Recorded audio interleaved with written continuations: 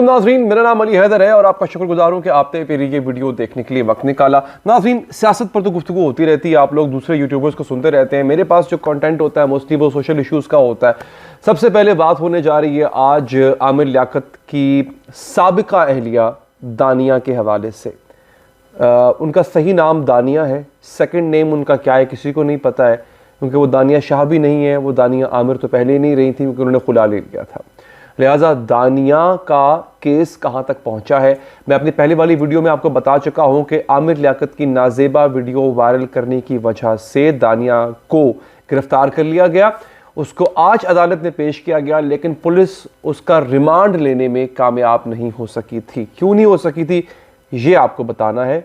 अगली खबर आपने शायद वैसे ही चलते फिरते सोशल मीडिया पर देख ली होगी। अच्छा जनाब, इसके साथ साथ उसके बाद जो मैं डिस्कस करूंगा, वीडियो के अगले हिस्से में डिस्कस करूंगा, सबा फैसल हमारे मुल्क की बहुत ही मारूफ मशहूर अदाकारा है। Personally I am a big fan of her, big fan of her. कमाल की एक्ट्रेस हैं, कमाल की शख्सियत है उनकी, लेकिन उनका एक फैमिली फ्यूड या यूँ कह लें कि एक निजी ख़ानदानी मसला वो सोशल मीडिया की जीनत बना रहा। उसको वायरल करने वाले कोई और नहीं बल्कि ख़ुद सबा फैसल थी।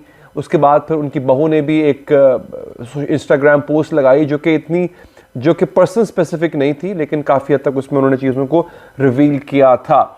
सबा फैसल ने माफ़ी मांग ली है, ये एक और ख़बर है। अगेन खबर इस वजह से है बिकॉज ये निजी मामला रहा नहीं है और ये ऐसी बात नहीं है कि मैं अंदर से ढूंढ के लेकर आ रहा हूँ। उन्होंने खुद एक सोशल मीडिया प्लेटफॉर्म पे इस बात का इजहार किया। तो आज ये दो चीज़ें मैं आपको बताने जा रहा हूँ। सबा फैसल ने माफ़ी क्यों मांगी, उनको किस बात का पछतावा हो रहा है, और इससे पहले दानिया शाह के साथ क्या हुआ। दानिया शाह की खबर दोस्तों ये है कि आपका अल्लाह भला करे, दानिया शाह साहिबा को आज कराची की एक अदालत में पेश किया गया। मैं दानिया शाह कह रहा हूँ दोबारा, सो सॉरी। दानिया को कराची की एक अदालत में आज पेश किया जाता है और वहाँ पे जज साहब पूछते हैं जनाब कि इन खातून ने किया क्या है, What did she do? तो पता चलता है जनाब कि दानिया ने, वो बताते हैं कि दानिया ने जो है वो आमिर लियाकत की नाजेबा वीडियो बनाई थी। जज साहब ने कहा जी कहाँ बनाई थी, उन्होंने कहा जनाब के फलां इलाके में बनाई थी। तो मजिस्ट्रेट साहब ने कहा कि जी मैं ना इनकी रिमांड दे सकता हूँ ना जमानत दे सकता हूँ, लिहाजा जिस थाने की हदूद में इन्होंने ये वीडियो बनाई है जहाँ पे इनकी रिहाइश थी, आप उस थाने के उस हदूद के मजिस्ट्रेट के पास जाएं।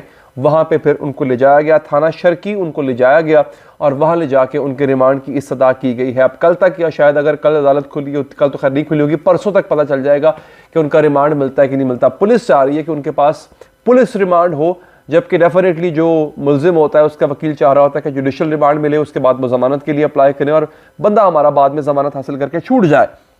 अब दानिया पर यह इल्ज़ाम है जी, और दानिया की जो माँ है वो कहती है कि बुशरा ने मेरी बेटी को अगवा कराया है।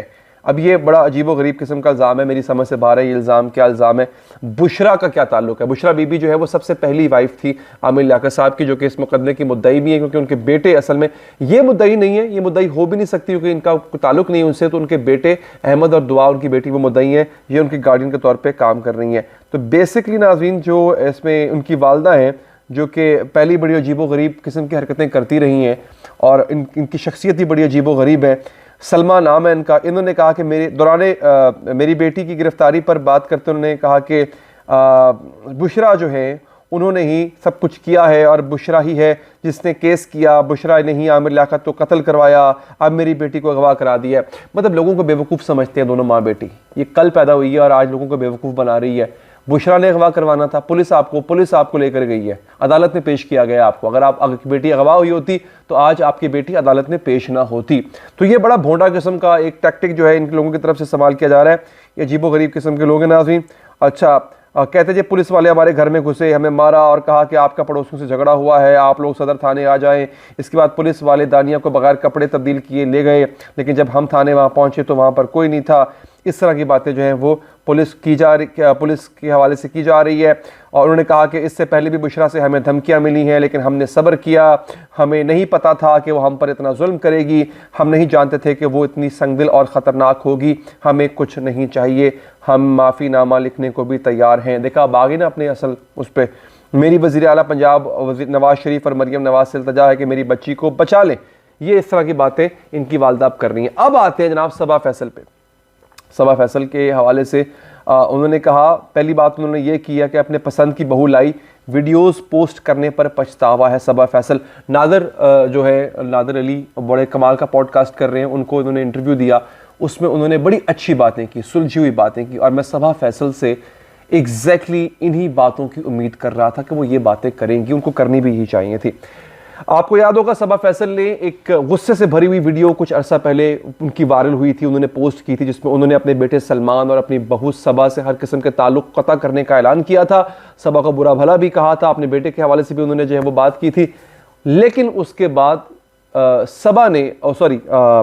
सबा फैसल ने बुरा कहा था अपनी बहू को, और उन्होंने जो है वो अपने बेटे को भी जो है वो उन्होंने मुर्द इल्ज़ाम ठहराया था, और बाद में उन्होंने कह दिया था कि हमारा इनसे कोई ताल्लुक नहीं है।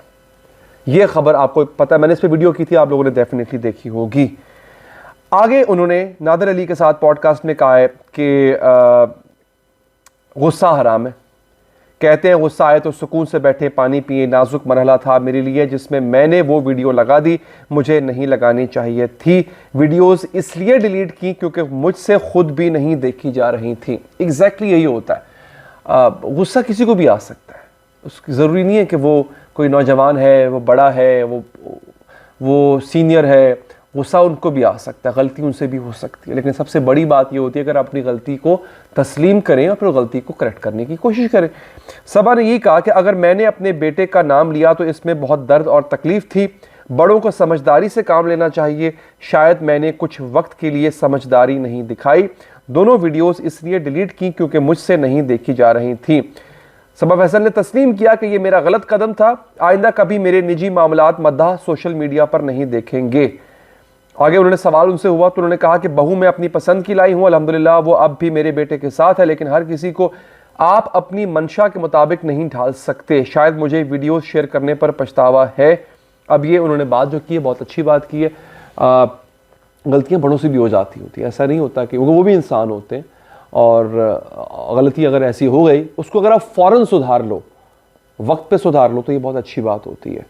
उससे ये होता है कि अगर रिश्तों में ऐसा कुछ हुआ है तो फिर रिश्ता डैमेज होने से बच जाएगा आपका, इससे पहले कि बहुत ज़्यादा डैमेज हो जाए। तो सबा फैसल ने बहुत अच्छा काम किया।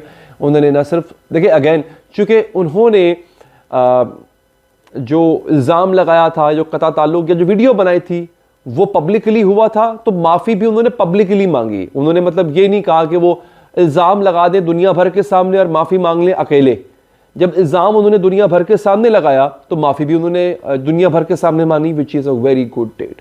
तो जनाब ये थी आज की 2 खबरें जो कि मैंने आप तक पहुँचाई हैं। चैनल को सब्सक्राइब कीजिए, वीडियो को शेयर कीजिए और लाइक कीजिए। मुझे दीजिए इजाज़त, अल्लाह के बाद।